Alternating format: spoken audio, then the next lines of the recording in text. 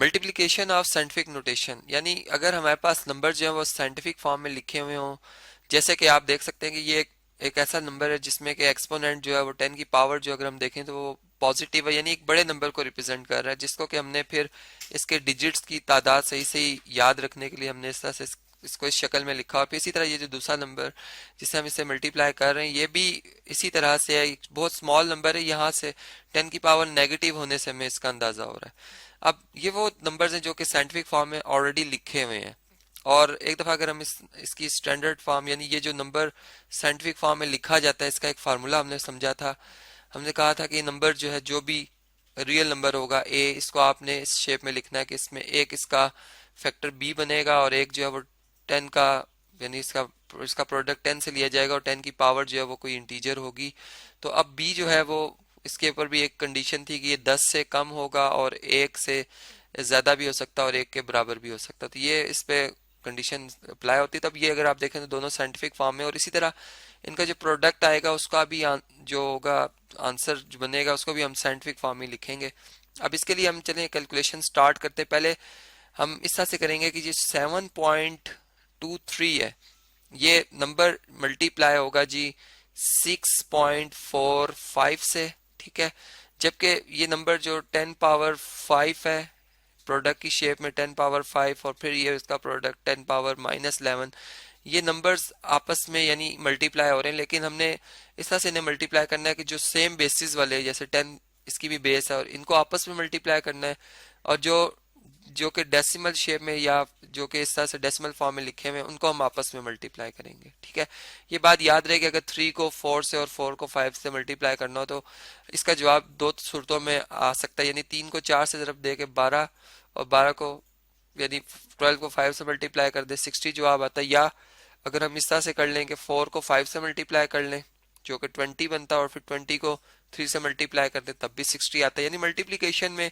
कोई से भी नंबर्स पहले मल्टीप्लाई किए जा सकते हैं, तो यही बात हमने यहाँ पर भी रखी है। अब अगर हम इन्हें मल्टीप्लाई करते चले कैलकुलेटर से, ये मल्टीप्लिकेशन जो है अब इसे करते हैं।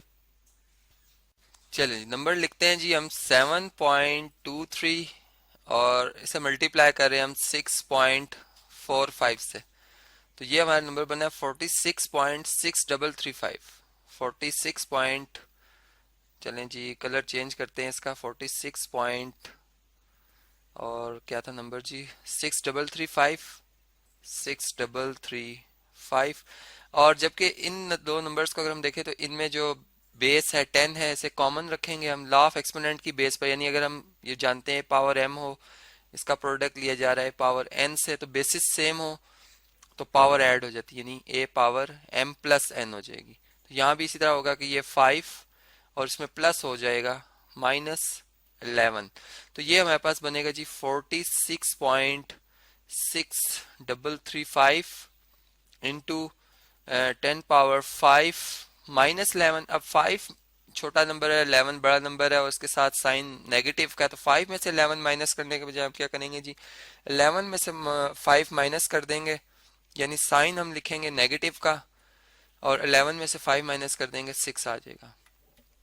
तो ये हमारा जवाब आ गया। अब इसमें इसको साइंटिफिक फॉर्म में तब्दील करना है, तो इसमें जैसे कि बात हम जानते हैं कि जिस वक्त पॉइंट को लेफ्ट साइड पे मूव किया जाता है तो इसमें जो हमारे पास 10 की पावर बनती है वो पॉजिटिव बनती है, यानी ये इस तरह से है कि अगर फर्ज करें मैं 1 को 10 से मल्टीप्लाई करता हूँ तो 1 में अगर हम देखें तो इस वक्त पॉइंट जो है वो उसके राइट पर है, लेकिन जब 10 से मल्टीप्लाई करते हैं तो ये पॉइंट जो है वो 0 के बाद हम लिखते हैं ना। तो इस तरीके से अगर आप देखें तो इसमें जो पॉइंट की मूवमेंट है वो राइट साइड पर, लेकिन जब हम वापस इसको इधर से इस फॉर्म में कन्वर्ट करेंगे, पॉइंट इधर लिखेंगे तो हम लिखेंगे 1, यानी पॉइंट एक डिजिट पीछे आ जाएगा, 1 के बाद आएगा और 10 की पावर 1। तो इसी तरह बिल्कुल यहाँ भी यही है कि ये बन जाएगा 4.6 और बाकी डिजिट्स अपनी जगह पर है 335, और 10 की पावर आ जाएगी +1 और ये 10 की पावर -6। अब इसमें भी वही अगेन बात बेसिस सेम है, पावर्स ऐड हो जाएंगी, यानी 1 में माइनस हो जाएगा 6 और 1 में से 6 माइनस किस तरह से करेंगे जी कि हम नेगेटिव साइन पुट करेंगे और 6 में से 1 माइनस कर देंगे जो कि 5 आता। तो इस तरह से ये हमारा नंबर जो है वो इसके हमने प्रोडक्ट भी ले लिया और इसका आंसर जो है वो हमने साइंटिफिक फॉर्म में भी लिख लिया।